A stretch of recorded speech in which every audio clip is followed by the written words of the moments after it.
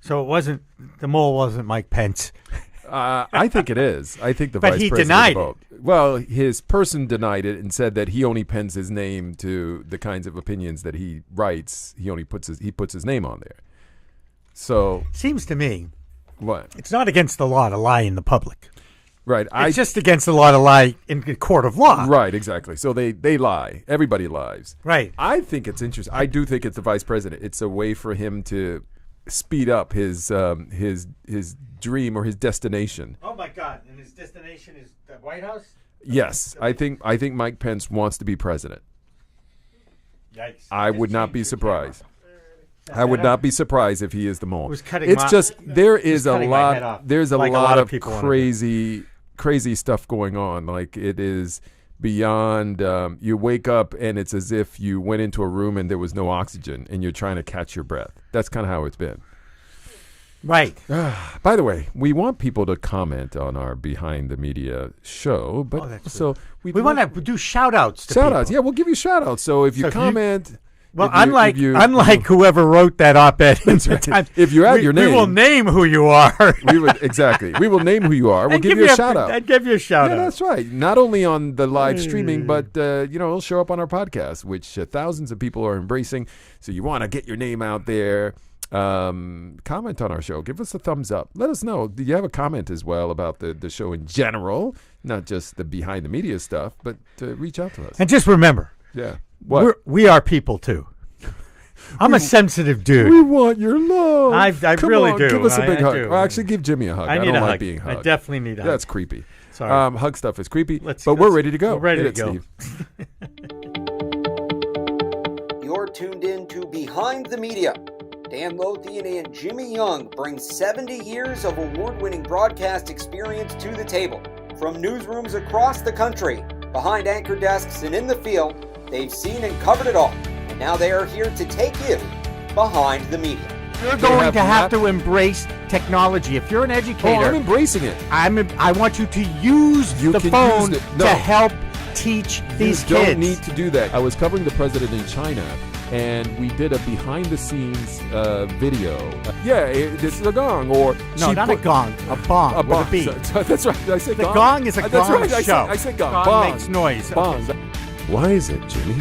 Why? Because sex sells, Dan. True, but it's only part of the answer. It is. You have to be more creative now to be able to tell a story, and sometimes it's just a before and after picture and saying, which one do you want to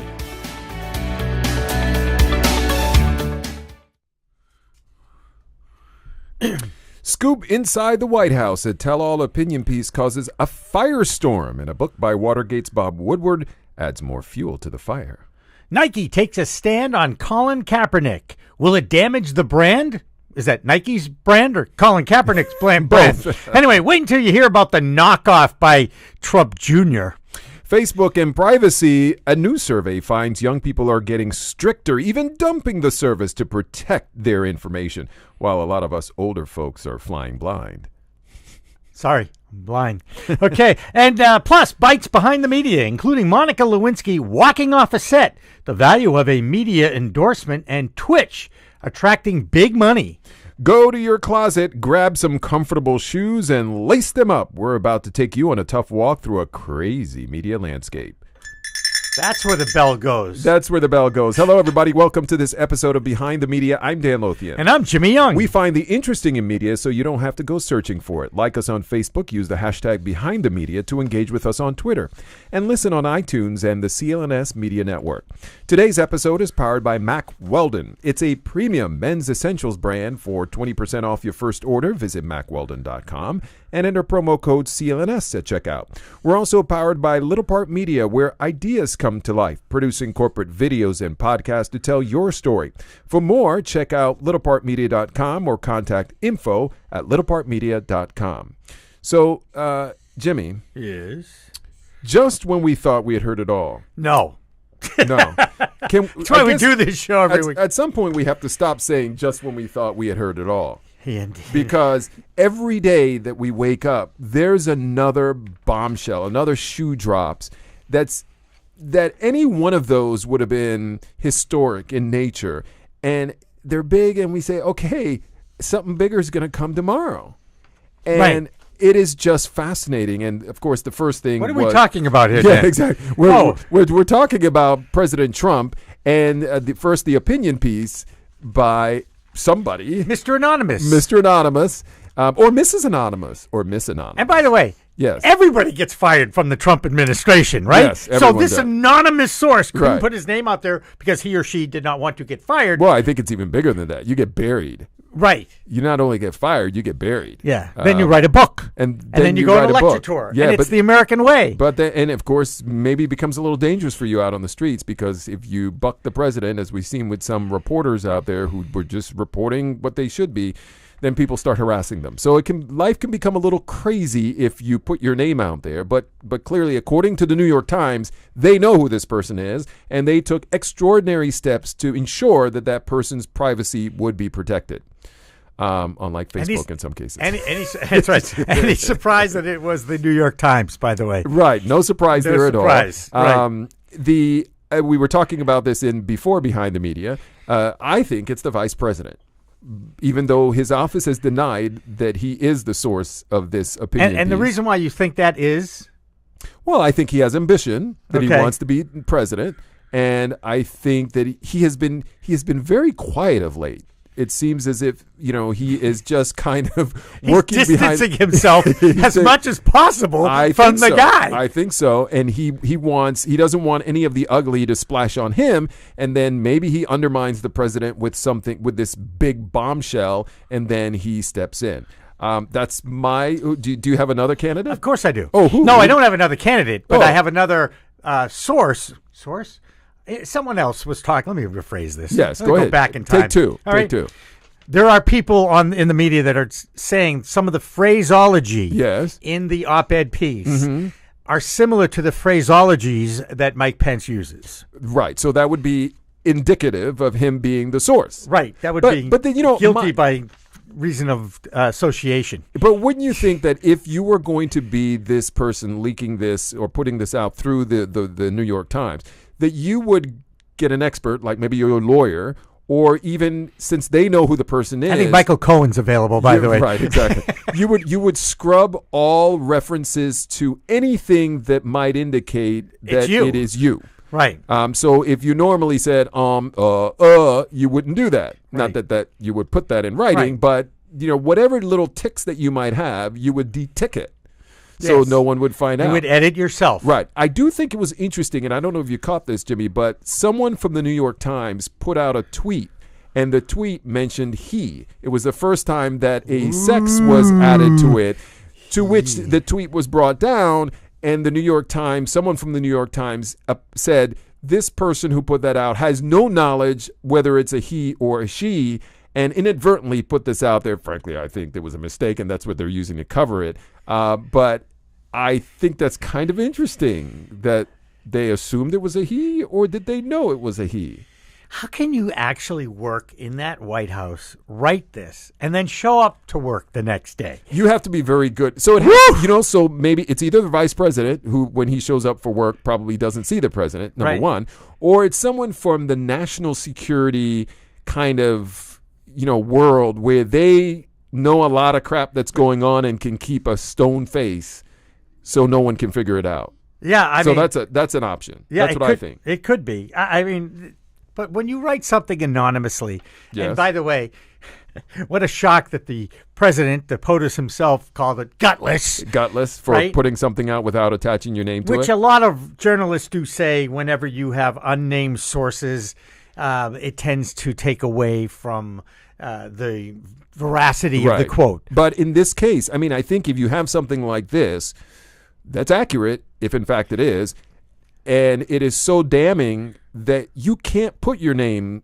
to something like this, but there is a greater good, supposedly, at least according to the author, by putting this information out there. And the whole spin is that there are people inside this White House who are doing whatever they can amongst themselves Right.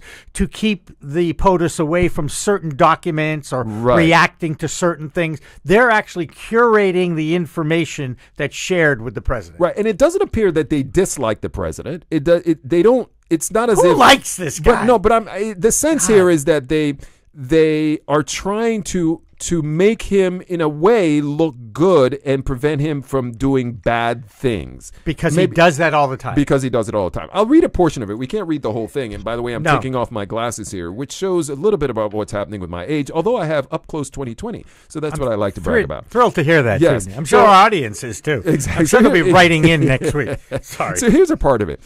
President Trump is facing a test to his presidency unlike any faced by a modern American leader. It's not just that the special counsel looms large, or that the country is bitterly divided over Mr. Trump's leadership, or even that his party might well lose the House to an opposition hell-bent on his downfall. The dilemma, which he does not fully grasp, is that many of the senior officials in his own administration are working diligently from within to frustrate parts of his agenda and his worst inclinations. I would know. I'm one of them. Not me, Dan Lothian, but this is the person speaking here, the anonymous. I'm glad that you cleared that up. I wanted to clear that up for those who are listening. Because you were not part of the people that I thought. I'm not one of the candidates. No, you're not. To be clear, ours is not the popular resistance of the left. We want the administration to succeed and think that many of its policies have already made America safer and more prosperous. But we believe our first duty is to this country. And the president continues to act in a manner that is detrimental to the health of our republic. That is why many Trump appointees have vowed to do what we can to preserve our democratic institutions while thwarting Mr. Trump's more misguided impulses until he is out of office. Wow. When is that going to happen? That's all I can say. I have never. My son, when he was little, well, used you to remember always Nixon. You remember the days of the final days of Nixon. Final days. I don't know that this is the final days because, frankly, I thought final days was before he got elected. Right. When a lot of bombshells were coming out. So I'm not saying this is final days. What I'm saying, though, is I ain't never seen anything like this before. No, none of us have ever seen a POTUS like this before either. This is some crazy this is stuff. Unique. This is something different. I find it interesting that it is Robert Mueller that is the biggest, the one who perhaps can put the POTUS in his place, and of course everyone's telling him not to testify if Robert Mueller asks him to, right? Which is going to be rather interesting because that means I think he's in contempt, is he not? But I don't know he can be forced to as president. That's right, as a president. As a president, he can't be forced to. I think. Look, Jimmy, this isn't journalism; it's an opinion piece, but it is in the New York Times. I think it's fascinating that someone within the White House or a group of people within the White House feel as if this is sort of the avenue of last resort, right? So presumably they've tried to talk the president off the ledge many times, that they've tried to talk to those around him more closely, intimately, maybe family members. I would think that they've tried many different things before they said, there's nothing else that we can do to stop the president from doing what he's doing unless we go public with it. This is unprecedented. Yeah. I mean, we always get, there's information that sources leak to reporters to get information out there with the hope of it leading to some kind of change because they've tried to talk it through and it doesn't work. But to actually pen an essay, if you will, and put it out there in its full form, unveiling all of the underbelly of what's going on inside the White House is just fascinating. We're in uncharted waters. Yes, we are. Now. Well, are we in uncharted waters? Because I find it rather interesting, perhaps coincidental, that it was Bob Woodward's book Fear that came out in the same week as this op-ed. Yeah. So what are you saying? I'm saying there's a conspiracy going on here. Which is what the Trump administration is saying. Well, there's the opposite conspiracy. Could there be a movement? There's something going on. A lot of people think that the clock is ticking now, if it wasn't already, right? Right. The clock was ticking before the clock even had batteries in it. That's right. Yes, it did. It's called a pre-tick tick. Yeah, well, unfortunately, the bell tolled. And we have him in the White House now, and I'm not quite sure how we're ever going to get him out of there. But it's very interesting, the whole timing of the release of this book. You're right. And the timing of the op-ed. I mean, am I the only one thinking this? No, well, from Trump's perspective, it was all done to muddy the conversation around his Supreme Court nominee. Oh my God! Somehow he is that so was going to full get of himself. I think that is such a. And I'm not I know that there are some people out there who don't think I'm pretty naive and all this, but I just don't think that the Supreme Court nominee, I just don't think that has only that this had anything to do with it. No, I don't. But it is suspect. Unfortunately, this is going to be a lasting legacy of this guy in the White House. Right. He has nominated this guy. I really do believe he's going to get approved. Of course he is. He's going to get approved, and that's going to be Trumpy boys, one check. Which is fine. That's an accomplishment. It's an accomplishment. You know what? He rigged the election. He should get something out of it. I don't know if he rigged it. Oh, sorry. Did I say that? He didn't. He got elected. He got elected. And this is a legitimate accomplishment. I think, though, that those who dislike the media, when they look at things like this by Bob Woodward, and I'll read an excerpt or at least a little explainer from his book here in a second, and this op-ed, they have plenty of ammunition to say you guys all colluded to bring down the president. I don't think there's any truth to that, but believe me, there are a lot of those kind of claims that have been made about with less evidence than this. Yeah, I don't think that there's an actual. I don't think they have meetings and have a strategy to implement. Okay, New York Times. I just don't think collusion meeting. But there's enough because he is so polarizing and such a narcissist and such a fill in the blank here.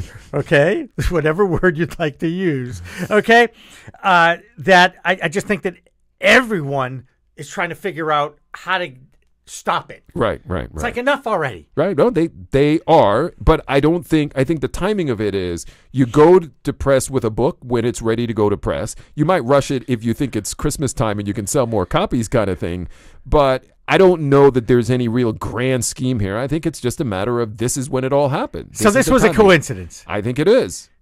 I don't know that it is. Okay. I think it is. Okay. So you want to think that it is too? No, I don't want to think that it is. I just think that it is. Okay.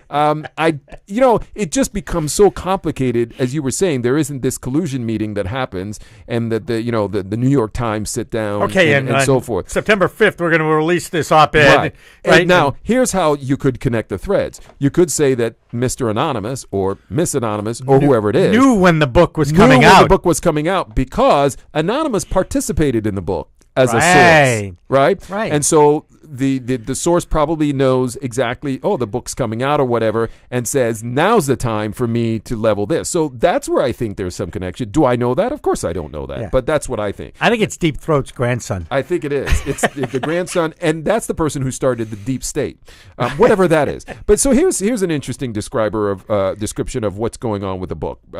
President Donald Trump's closest aides have taken extraordinary measures in the White House to try to stop what they saw as his most damaging, I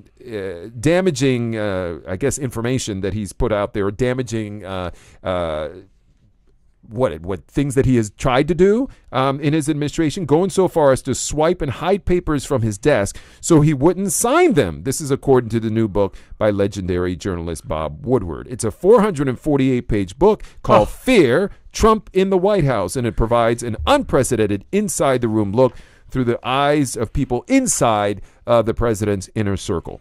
There are people who are attacking Woodward, but you know what? People attacked him when he came out with a book on the Obama administration.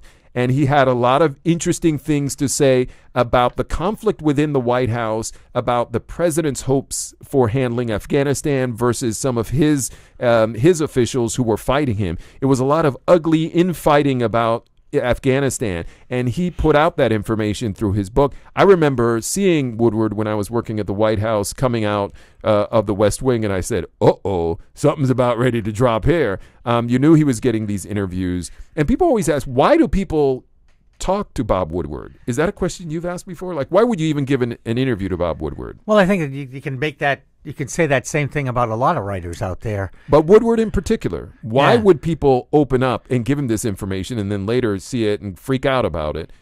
So the answer is this. You don't want to be left out, right? You know that he's going to get the information, and he's going to get the information about you from somebody else. So before he gets to that, go to the source. I'm going to tell him. And hopefully he'll be kinder to me. That's the strategy. According to this guy, Dwight Garner, who wrote this article, he talks about fear as the book. He says it's rather typical of Bob Woodward's style because he doesn't really name sources for scenes, thoughts, and quotations only appear sometimes. So if you read between the lines here, and he's also saying he's not a very graceful writer. He's kind of wooden.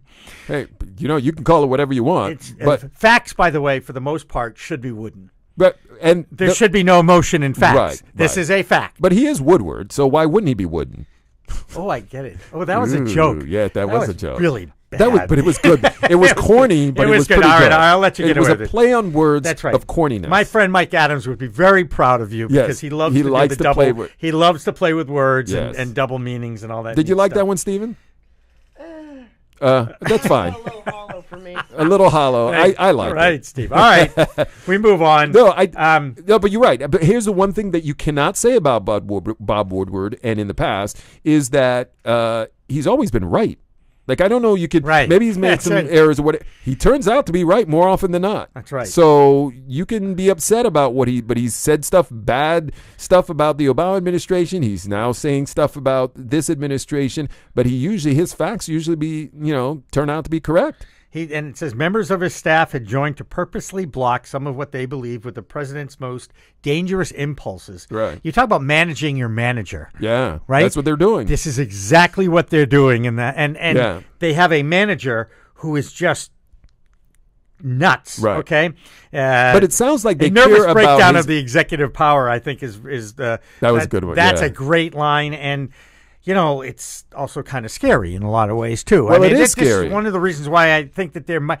Do you think they're going to invoke the 25th Amendment after the midterm elections? Do you think this can happen, Dan? I don't know. But here's what I will say. I feel a lot better that there is this group, this mysterious group there. Because here's the thing. I want the president to succeed. If it means job creation, if it means, denuclearizing, North Korea. I mean, these are all really impactful things that can really happen. I mean, the latest news is that North Korea has said that they're going to pull back, denuclearize by the end of his term, Trump's term. These are all things that I want to happen. I don't care who the president is, even if it's Trump. I want this stuff to happen. The issue is, in these people who are I think it would have happened without. Well, it doesn't matter, but he can take credit for it if he wants. I feel very comfortable in knowing that there's this group there because they want some of his best policies to succeed. And they just don't want some of the crazy stuff to happen, which I think most Americans... shut off his darn Twitter account please? You can start there. And by the way, where are these people? You know what they call the presidential bed? That's where he goes to do his tweeting. Where? The bathroom? The presidential bedroom. Oh, the bedroom. I thought the bathroom was the place that he did that. Which would make more sense. Which makes more sense, right. I think that it's wonderful that there are people there who want the policies that the president ran on. Some of them. Now, I'm not embracing everything, but some of the things that he talked about that to make the middle class get jobs again, all of these things they are supporting BS, those things. No, but it doesn't matter if it's BS. I'm saying if they in fact want those things to move forward and they are hoping and helping to push that agenda forward, I think that's a good thing. If they're trying to prevent the craziest of the crazy impulses from happening, I think that's a great thing as well. So I'm comfortable in knowing that there's this group there. You feel better about being an American that there's some. Yes, there are some people there. There are grown-ups dealing with this little 2-year-old in the White House. They're grown-ups who's calling people names and is a blatant blank, blank, blank, because after all, there's so many things that he fills in blanks with. Right. And he fills every one of them. Yes. Now, I think that he's a bad human, Dan. But look, I think, and it's not just Trump. I think there have been certainly he has certain characteristics that are different from other presidents, but I think that there are other presidents. You are so political. Certain characteristics that are different. Right. Like actually being a nice guy, knowing how to actually talk to different people from different races would be a beginning. I think he has some challenges in those areas. You think? But I think that there are other presidents who have been protected from themselves, maybe not to the extreme that we know about with this. Yes. But there have been other presidents where they've been protected from themselves. But now we're seeing how the sausage is being made. Yeah, he's a bad man. Well, okay, he's a some bad people like man him. in a powerful position, and you feel better that there are people that are There are mature grown-ups. enough around him to try to keep him in check. Wow, Jimmy, life in the fast lane. Wow. Did you like this episode? Let us know. Like us on Facebook. Use the hashtag Behind the Media to engage with us on Twitter. And let us hear your questions and comments by reaching out to us at info@littlepartmedia.com. That's info@littlepartmedia.com. Nice long bell ring. Nike takes a stand on Colin Kaepernick. Will it damage Nike's brand or even his brand? Welcome to this episode of Behind the Media. I'm Dan Lothian. And I'm Jimmy Young. We find the interesting in media so you don't have to go searching for it. Like us on Facebook. Use the hashtag Behind the Media to engage with us on Twitter. And listen on iTunes and the CLNS Media Network. Today's episode is powered by Mack Weldon, Jimmy's Premium's men's essentials brand. For 20% off your first order, visit MackWeldon.com and enter promo code CLNS at checkout. We're also powered by Little Part Media, where ideas come to life, producing corporate videos and podcasts to tell your story. For more, check out littlepartmedia.com or contact info@littlepartmedia.com. So the Nike ad, Great ad. Have you seen on Beyond? I have seen it. It was extremely well done. It was extremely well done. They Wheaton and released Kennedy. this, Wheaton and and Kennedy. basically the ad marks the 30th anniversary of the Just Do It slogan. I didn't realize that it's been 30 years. And it features a tight shot, a close-up of Kaepernick's face with these words imposed over it. Quote, believe in something. Uh-oh, I lost the rest of it. Do you see it there, Jimmy? Believe in something, Even if it means sacrificing everything. everything. Followed by Nike's hashtag slogan, hashtag Just Do It. Just do it. What do you think about that? Well, first of all, I identify with their theme. I'll be honest, and this again, I love being honest on this because whatever. Tell me what I say doesn't make any sense to you. I'm not a Nike fan. Never have been for 30 years. I don't think I've ever bought. I bought one pair of Nikes when they first came out. Nikes. I'm a Nike. Nikes. I have been a Nike only fan. I'd say a 99%. Okay, Nike and you fan. know about their youth labor practices. And Yes, all I that. do. And you know what? And maybe this is hypocritical of me.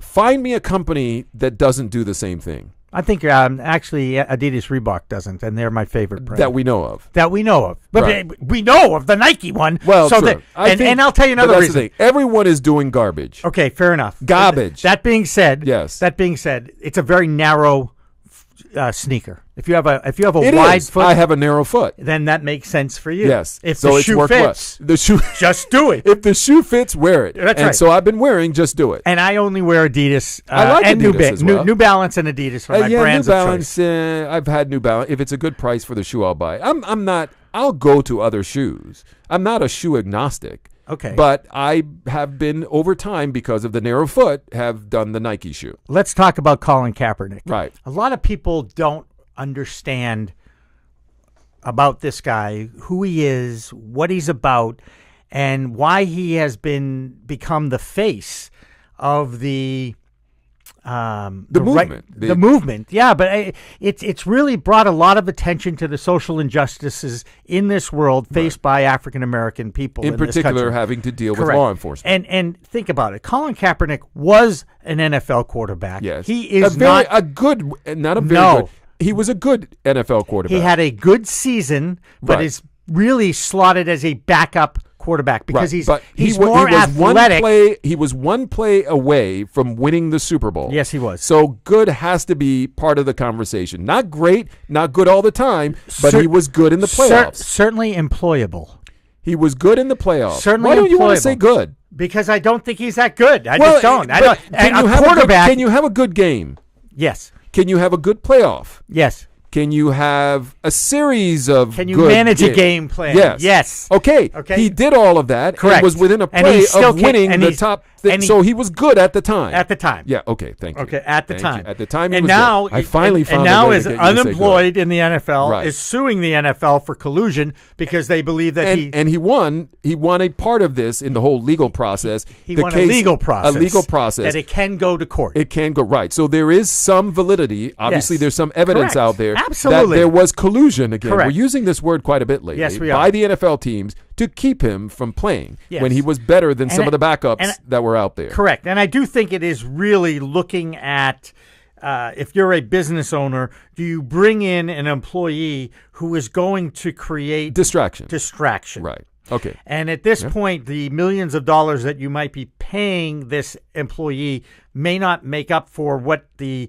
cost in PR it's going to be. Jeez, Exactly. I almost wiped out the coffee all over you. That would have been nasty. That's right. Now, But it speaking would have about been a great PR, blooper. was this a good move by Nike to do this media campaign? Well, the way that by surrounding Colin Kaepernick with Serena Williams, Yes. LeBron James, and some of these other amazing stories in sports, which, by the way, sports is just great about that. I mean, that's the beautiful thing about being a dreamer, right? You can believe in yourself. You can outwork people. Even if you have a challenge, whether it's a learning challenge or a physical challenge, you can still dream, believe in yourself, and overcome those odds. That's right. Those are the best stories. That's what sports is all about. That's why you just do it. And I give Nike a lot of credit for really You don't wear grabbing their onto shoes, this. but you like their I tagline. love their commercials. It's Yes. Whedon and Kennedy is the ad agency. I just think they did a great job.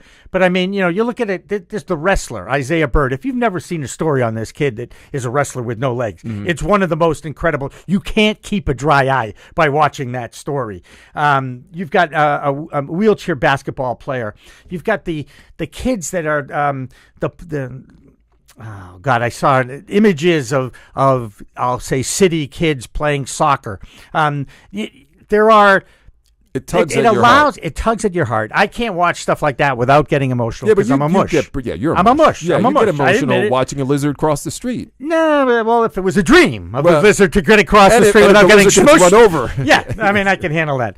But anyway, Colin Kaepernick, it's a very interesting thing because he's already become more, even if he won that Super Bowl, Dan, he would not have the impact on the world as he is right now. True, but Nike now jumping in on this with this media campaign adds another layer of credibility, if you will, to his side. Legitimacy. Legitimacy. Absolutely, 100%. And here's the thing. Here's why I don't think this will hurt their brand. By the way, their It's stock because did take a little bit of a dive. It did, but I think it will be made up for. I saw some things on social media by people saying, like you, I'm not a Nike person, but there was one person that's pretty funny. They don't wear tennis shoes. They said, do they have any flip-flops that I can buy? Because this person's from South Florida. And yes, they do have flip-flops. And I thought, yes, they do have flip-flops. So you can support them that way. I think they'll more than make up for it by people who will be so impressed with this campaign that they will buy into it, if you will. I also think that when you look at predominantly who is playing in the NFL, African Americans, many in the NBA, African Americans, although a big number of people now coming from overseas. But I think that if that is your audience already, those are the people buying your tennis shoes and so forth. I don't know that this kind of campaign will damage you at all. No, and in fact, Nike, I think they're already reporting that it's had $43 million worth of value of this commercial. And if you happen to tune into the NFL tonight, the first football game of the year is, I hate to date our little podcast, but it would be Thursday night. Yeah. And if you happen to tune into the U.S. Open tennis this weekend, or I think there's one other big event going on. And I think if you tune in any of those, you will see this commercial. It is a powerful commercial. It really does remind me of the first Tiger Woods ad, Hello World. Oh, yeah. Powerful the images. And it goes to, we were talking about our teaching experiences this week because we both are adjunct instructors at a couple of schools. Storytelling is what I'm tasked with at Dean College. It's telling stories with audio and video and eliciting an emotional response from your audience. So the question is this. Goal. Does Nike really care about this issue and Colin Kaepernick? Or did Nike marketing geniuses take advantage of them? Yeah, sit around a room and go, let's just do it. Who could be the perfect person to use? And it really wasn't difficult. They didn't have to spend a lot of time at night thinking about this. I mean, when was the last time you spoke about Nike to this extent? The last time they did something, I can't remember, but the last time they did something controversial. Right. I see this. Everyone's like, oh, this is Nike. I don't buy doing Nike this, shoes. I don't buy those Nike shoes first off, it was because they were thin. Yeah. Second of all, I found out about their youth labor practices. I didn't. Third, I just don't like how they exploit the inner city kids because they make these sneakers, $400 a pair, and you have to buy them. Right. They have to kill to get them. I'm not. That's taking the American dream a little bit too far. I agree, and I don't want to make light of that, even though I said what I said earlier, which is, everybody's doing it. I do agree with you that that's not right. Right. That if young kids are being exploited to make products, right? If inner city kids Colin are being Kaepernick being exploited to sell sneakers here? I think yes. I think he is being exploited. Yep. I think that's sort of what big companies do. That's America, right? The example I was just trying to make is that there are a lot of companies doing some ugly stuff, but when people are attaching all this stuff, the Nike's finally has the guts to stand up for. No, this is marketing. Well, it's marketing 101. Right. It's trying. You do something to get people to talk about you and your products, and maybe you piss off some people, but maybe you bring in even more new people who never came to your brand. And that's what I think ultimately this is about. I would love to hear, because it's a publicly traded company, I would love to hear the internal Nike address to the stockholders. Wouldn't that before they came out? Before they came out with this. And to hear the conversation in the room. I'd love to be part. I should have invested in there just so I could be in that room. Right. And unfortunately. But again, America, very powerful commercial. Yeah, it is. It gives you I don't know. I don't know if it's hope as much as it is attention to the fact that there are still people out there who can dream and can fulfill those dreams through hard work, perseverance, and, to be honest, a little bit of luck. And wouldn't we all want a little bit of luck? Yes. Hey, we'd love to hear what you think about this. Maybe your take's like mine or more like Jimmy's. Let us know. Like us on Facebook. Use the hashtag Behind the Media to engage with us on Twitter. And also send us those questions or comments by tapping into your keyboard, info@littlepartmedia.com. That's info@littlepartmedia.com. I said keyboard as if that's what people use. It's probably more tapping onto a screen than a keyboard. Yeah, I think there's some people's... More communication. Here's a great question, a rhetorical question. As we head into halftime. We're in halftime, right? We're in halftime, okay. Yes. Where do you think more communication is being done today? Is it being done on a laptop? Bing! Or a phone? Bing! I would say phone.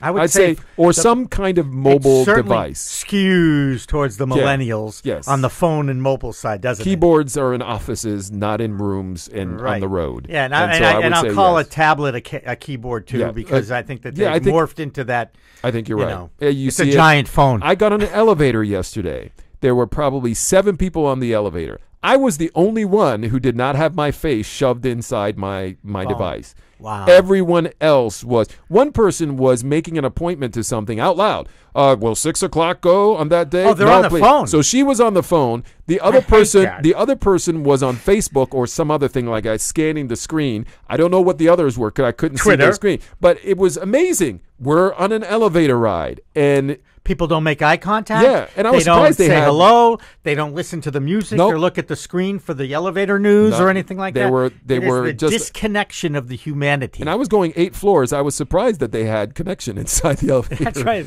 So anyway, they have boosters now inside elevators. Oh wow! So boosters are not just people who come to your school to raise money for your sports team. No, or even a shot that you get. Or a shot that you get. Yeah. No. Or oh wow, okay. All right. A new term for boosters. How did we get into this? I don't know. You started it. I did. This show is powered by Mack Weldon. It's a premium men's essentials brand. Jimmy is our resident expert of those Mack brands, and he always wears them, and he loves them, and he has great things to say about them. I do. Whatever you're wearing right now, Mack Weldon is much better. Mack Weldon believes in smart designs, premium fabrics, and simple shopping. It's the winning formula, ladies and gentlemen. Mack Weldon will be the most comfortable underwear, socks, shirts, undershirts, hoodies, and sweatpants you've ever placed on your body. So get on board with the people who know. For 20% off your first order, visit MackWeldon.com and enter promo code CLNS at checkout. This show is also powered by Little Park Media, where ideas come to life, producing corporate videos and podcasts to tell your story. For more, check out littleparkmedia.com or contact info@littleparkmedia.com. Bell, please. Sorry. Facebook and privacy. A new survey finds young people are getting stricter, even dumping the service to protect their information, while us older folks are flying blind. Welcome to this episode of Behind the Media. I'm Dan Lothian. And I'm Jimmy Young. We find the interesting in media so you don't have to go searching for it. Like us on Facebook, use the hashtag Behind the Media to engage with us on Twitter, and listen on iTunes and the CLNS Media Network. Today's episode is powered by Mack Weldon. It's a premium men's essentials brand. For 20% off your first order, visit mackweldon.com and enter promo code CLNS at checkout. We're also powered by Little Part Media, where ideas come to life, producing corporate videos and podcasts to tell your story. For more, check out littlepartmedia.com or contact info@littlepartmedia.com. So there's no surprise that Facebook is losing users. There's no surprise that Facebook is losing young users. I guess the big surprise was this new survey that came out that says that part of the reason they're losing these young users is because of privacy concerns. At least that appears to be I think that's a Facebook spin. And I'm going to tell you why. They lost young people on their platform years ago. Right. Not within the last year, not since Cambridge Analytica scandal and all that. They've been bleeding chips. Absolutely. But they've been morphing into a major media company. And that is what I think is missing here, because they still reach a ton of people. Right. And again, it's an opt-in service. People feel like, I'm always amazed when either you have a birthday or an event in your life, right, and people know about it. You hear about people, I didn't know you were on Facebook. I didn't know you were on Facebook. That whole thing. Right. And it has more to do, again, with the content that's being served by the people who use Facebook. Right. And I think that it will always be used in our world right now because it's an easy platform to use. It is. But what we're finding now is that young people are very concerned about issues of privacy. And that's, as you were talking about, Cambridge Analytica, information getting out there into the wrong hands. That's a big concern for younger people.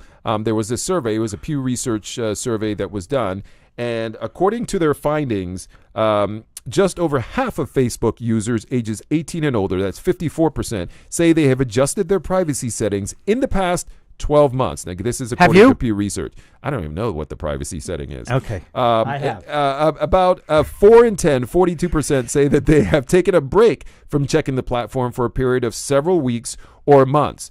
And while around a quarter, 26% say that Facebook app has been deleted from their cell phone. So all told, 74% of Facebook users say that they have taken at least one of these three actions in the past year.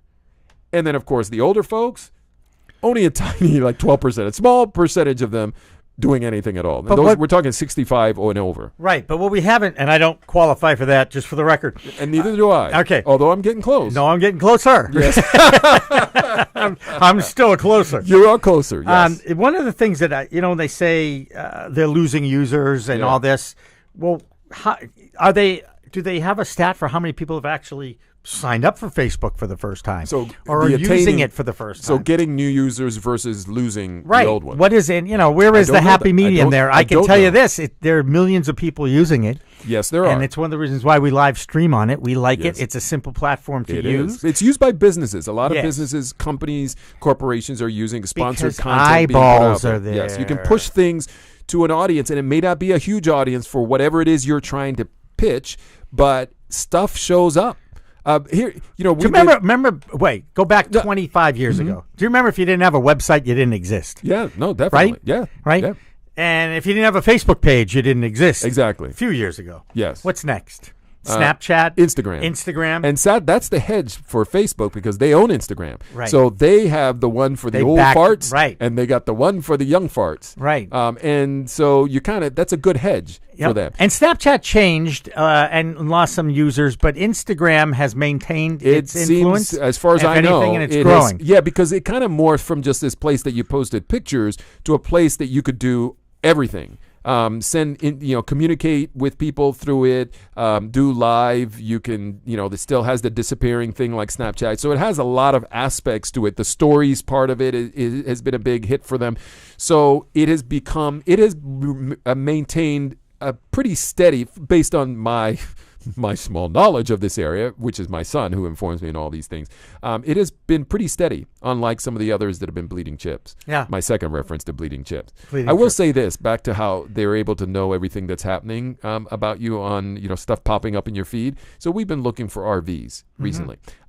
So all of a sudden today, I get in my feed a sponsored piece of content from Groupon, which I haven't bought anything from Groupon in like 6 years. But all of a sudden, it said, Dan, wouldn't you want to get this, which is half price now, for $11.99 for a mat that you put at your door, a doormat for RVs. And it has a little RV on it, and it says something like, welcome to our RV or house or something like that. And I'm like, really? So Groupon must have said, I want to reach all the people who are focused on for RV in their search and we want to push this right. to them. And I was one of them. That was a little freaky. But it's been going on for years. I mean, I'm going to adjust my privacy setting. Yeah, there you go. Well, now you're talking, right? I know you can do that. Yes. Or you can use your incognito search function on your. I don't know if you knew you had incognito. No, I didn't. But didn't Incognito write the op-ed piece from the White House? Yes, that was him, and he's related to Mr. Anonymous. Incognito and Anonymous. They're both they're both brothers or uncle brothers and cousins? sisters. Brothers and sisters of different mothers. Who are also anonymous and unnamed sources. I love making Dan laugh, by the way. And I'm losing making you laugh, too. I have no idea what I'm talking about. That one, it was so impromptu that it was so silly that it was funny. That's me. But yeah, no. Okay, with that, we move on.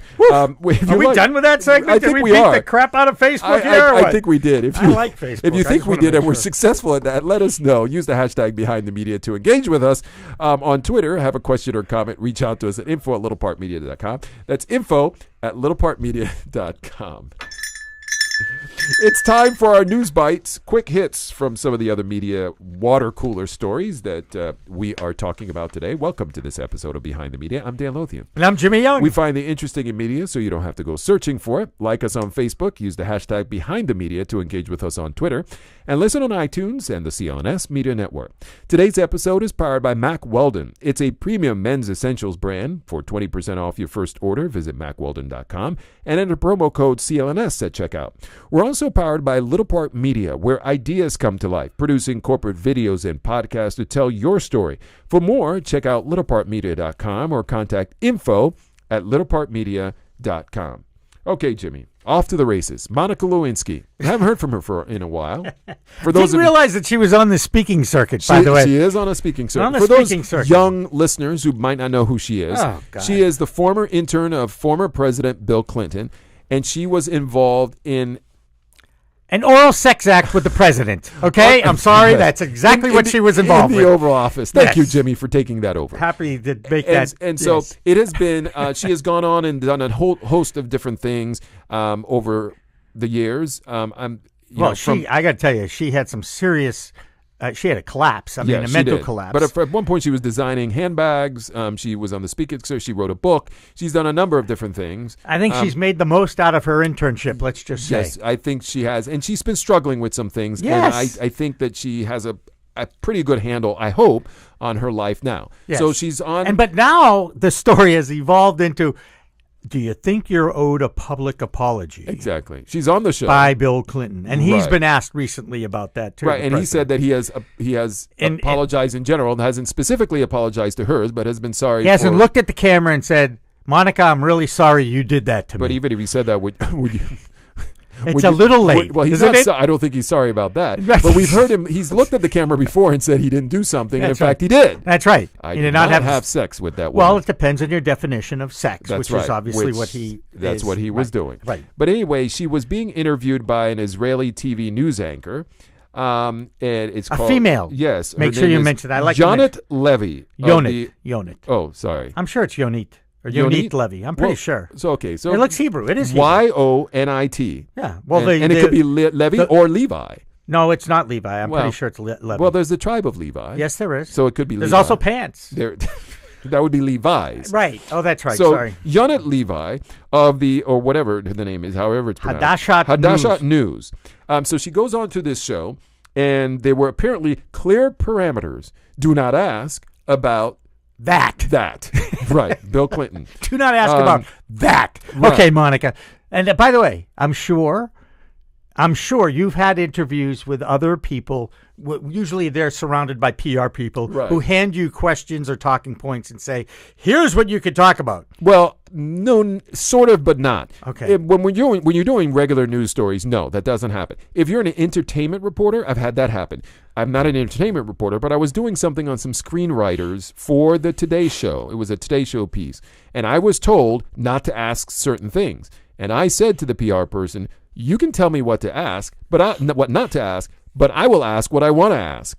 And so I won't do the interview. Or I won't do the interview. So anyway, I did the smart thing. I got my interview. Yes. And then I asked the question that I was told I wasn't supposed to ask. You save it for the end, Dan. You save it for the end. Now, what's interesting is that they answered the question because they wanted to talk about that. It wasn't even something controversial. It was just that they wanted to keep it on topic, they being the spokesperson.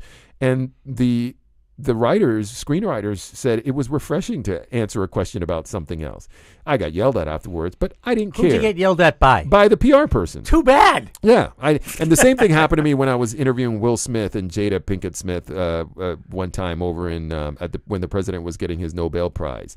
And it was, I got yelled at by the weasel, as I called it. But I don't care. You can't tell me what not to ask. Right. I mean, you can tell me what not to ask, but I'll ask whatever I want. As a talk show host, I would interview authors and other people that had PR people attached to them, and they would be sending out, here are the topics we'd like you to talk about. And I said, well, that's great. I said, I have some topics that I'd like to talk about too, since it's my show, and he's coming on my show, and I will be happy to incorporate if I think they're worthy. Exactly. That's unlike you, Jimmy. That's a political way to. Normally, I would do something like that.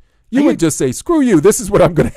No. I would say that and then say, screw you. I'm going to do whatever the hell I want. Okay, so you say that and do whatever. I like it when I can be liked by other people. So I like to do right by others. That's right. You do. So anyway, there were these parameters, and the reporter or the host went ahead and asked whether or not she's owed an apology. And then Monica Lewinsky says, quote, I'm so sorry. I'm not going to be able to do this. And she gets up and she walks off the set. Within 15 seconds of the beginning of the interview. Which the host is a little naive, thinking that you should ask the crazy question right off the top. You get your interview, host Yanni or Yonit. Or Yonit Levy or Levi, and you should get your interview, and then at the end you say, by the way, before we go, and at that point, if she walks off, it's a good ending to your show. Do you think that you owed a public apology by the former president? Before we go, I think you've been doing some great. Do you think? By now, time enough? And then she'll say, I'm so sorry, I'm not going to be able to do this, but. At that point, you've done it. So you win. You win as a host. You got what you wanted, and it ends, and it's dramatic, and you make news because they walked off anyway. Right. Well. Okay. So many strikes against the host. If she wants some media training, she can call us up, reach out to us, and we'll be able to help out. That's right. That's Little Park Media. Info at littleparkmedia.com. That's right. Media endorsements. Do you think they're a big deal whenever a candidate, someone running for office, gets an endorsement from a Boston Globe, a New York Times, and so forth? And that's very interesting that you mentioned those two newspapers. Right, yes. Which I find fascinating in this era of digital news. Right. Because, as you know, a lot of people don't think people read the newspaper anymore, or at least they certainly don't hold the paper while they're reading it. They're reading it online on their phones, or they're in the elevator reading it. Exactly. Wherever they are when they have their face in their phone. I think endorsements are very important, actually. And I think people, whenever you can, especially in the political race, whenever you can get your name out there. Now, out there can be interpreted in a lot of different ways, but certainly mentioned in a newspaper, picked up by news services. Right.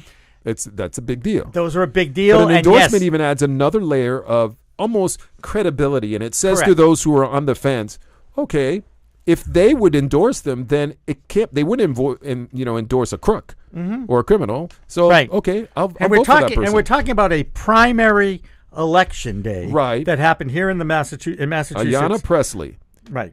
She is not a political outsider because she's been involved in state and local politics now for quite some time, but she was certainly an outsider in terms of whether or not she could pull off a 10-year incumbent. right? Who has been entrenched in this 4th congressional district, and there was not a single poll that showed that he had anything to worry about until he did. Right. And then it was too late because it was an 18-point oops. Yeah, which is amazing. It tells you something about the polls. Exactly. They're not asking the right people the right questions. Exactly. But I think what people said, some of the experts out there, is that not only did she tap into sort of that grassroots, what the Obama campaign was very effective at doing, so she sort of tapped into that. But in addition, she got a late endorsement from the Boston Globe, and it was almost as if, people were saying, okay, she must be legit. She must be legit. Now, explain for me, this is the behind the media part, Jimmy, and some people are out there going, well, what is a newspaper doing endorsing a candidate when they're supposed to be unbiased and impartial in their reporting? Well, there are reports, yes, and then there are editorials. And they're not the same thing. No, they're not. One is an opinion piece, and one is a factual depiction of a story. So don't sit at home and say, that's why I say those people are biased. Those reporters. Good luck to you. It ain't the same thing. It's called guilt by association. Yeah, people or don't guilt see by publication. Right. People. Oh, nice. You like that? Very nice. Off the top of my head. It's hard for people to see that. Oh, I see somebody raising their hand over there. Stephen. Oh, wait. Okay. Yes. So I did just learn this the other day. Yes. Our college student. Yes. Our newspapers are allowed to endorse. It's TV stations and radio stations that don't. aren't allowed. But They can't. Well, it's funny. I've seen general managers of TV stations. I remember. I don't know that they've endorsed a candidate. They endorsed things. Questions. They'll have questions and so forth. They can't right. TV Ballot stations, questions and that sort of thing, yes, but not necessarily candidates. They don't endorse a candidate. I've seen them with ballot questions and different things, but I didn't know that they were not allowed to. I thought it was just a policy. Is that the equal time thing? Yes, it's the equal time. It's got to be the equal time thing. So they no endorsement, but newspapers do it. But people still get confused. I always hold to the fact that most people don't see the difference between opinion pieces and news pieces. I just don't think they do. And I think it's harder to know nowadays. You know where else there's a middling of that line, whatever, muddling of that is talk show hosts. Yes. Talk show hosts. Like on Fox News, for example, in the primetime part. I don't care if it's Fox. I don't care if it's CNN. I don't care if it's sports radio. I don't care. They are opinion sharers. Yes, they are. They are not reporters. No, they're not. Even though sometimes they're used as reporters. Or they used to be reporters. Yes. And that's what people can't distinguish in their own brain. It's like, oh no, you got to be you were a newspaper reporter once. I was until I wasn't. Now I'm a talk show host. Leave me alone. Yes. Okay? I do. Matter of fact, click, you're off the air. I mean, that's the epitome of an opinion. That is and you're supposed to share it on the talks. That's the whole point but of not talk as a shows. reporter. So there are differences. If you're sitting at home and criticizing, stop it right now. Cut it out. Two different things. I know you'll keep doing it, but cut it out. Okay, and finally, Twitch. Twitch. Now, not something I'm familiar with. So if you're a gamer out there. That's why I'm not familiar with it. I'm not a gamer either. Yep. Steven, are you a gamer? Yes. So you knew about Twitch? Yes. Very popular? Mm-hmm. Okay. Have you ever used it?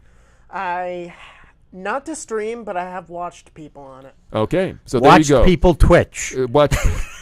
I've seen people Sometimes Twitch. they do that. I'm not sure you want to do that, right. Steve. All right. So Twitch, it's very popular. Again, we're not familiar with it, but why we're talking about it is that there are now efforts by traditional media streams, the Washington Post, for example, and Reuters. They are streaming content into Twitch.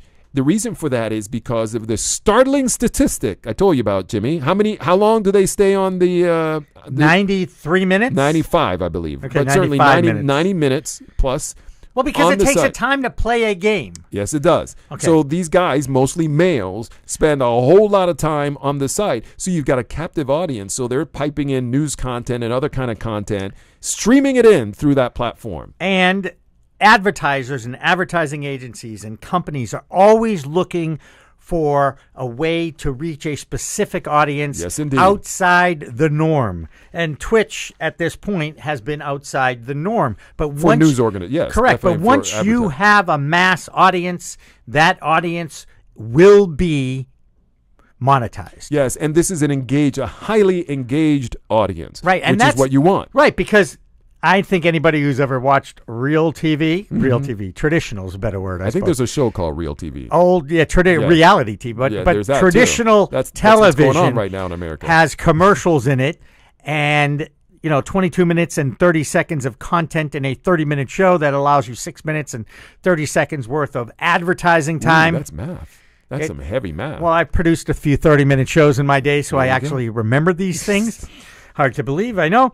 But point being, how do you reach that audience and get your message out? Well, sure enough, Twitch has figured this out, and there are others out there like Kellogg's and EA and our friends at KFC. Oh, yep. Okay, Yep. Old Spice and Duracell are some who are taking advantage of it, and they're using very typical pre-roll ads. We've all seen them whenever we've clicked on a media to see a video. Mid-roll in the middle, they just drop it right in, or post-roll. Now, Steve, is there a way to pay on Twitch to opt out of getting commercial messages?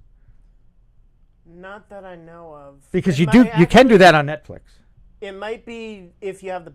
I don't really know. I can do a search on it. You can do it. I didn't mean to put you on the spot. Actually, I did mean to put you on the spot. Of course, that's why you did exactly it. why I did it. Yes. Because you know more about it than I do. The point being, though, I'm going out on a limb thinking that Twitch will now offer an opt-out revenue stream to their audience. It could be. If you'd like to opt out of our commercials, you must pay $5 a month to your subscription. It all depends. If they're making enough money from not having the opt-out, by the revenue that they can get, because then it means... But that's just another revenue stream, Dan. Right, but if it would seem that some companies may not pay the kind of prices they will if your audience is... They might say, what are your opt-out metrics? If you have 1,000 people... Yes. Okay? 1,000 people. Right. You can put a cost on that 1,000 and turn it into a lot of money if you're delivering millions of people. Well, what if that 1,000 people now comes out of your numbers? So now you have to lower the cost of that sponsorship by 1,000, and that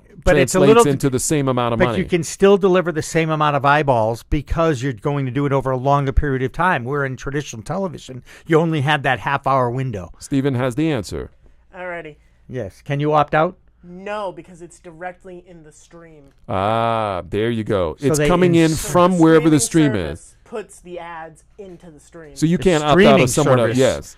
Puts it in. Up to the streamer mainly of whatever the content is. Advertisement revenue or not. Ah, very good. That's what we like about this. We get the facts in real time, which we think that are facts. Well, we're putting a lot of Put the disclaimer out there, though. That's right. We did not do the research and so forth, but based on information that exactly. Can I tell you about another way? Yes, another way to reach a lot of people outside the traditional forms of media. Go to a tall building and scream.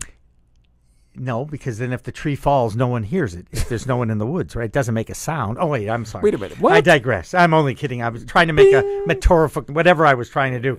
I wanted to segue that too. I wanted to segue into the podcast universe because I'm learning more and more about podcasts because, as you know, our podcast is distributed on the CLNS Media Network. I didn't know that. I know you knew that. Okay. And there's a new study out by Westwood One, which is also interesting about they do a lot of sports because they're out there do a lot of sports, right?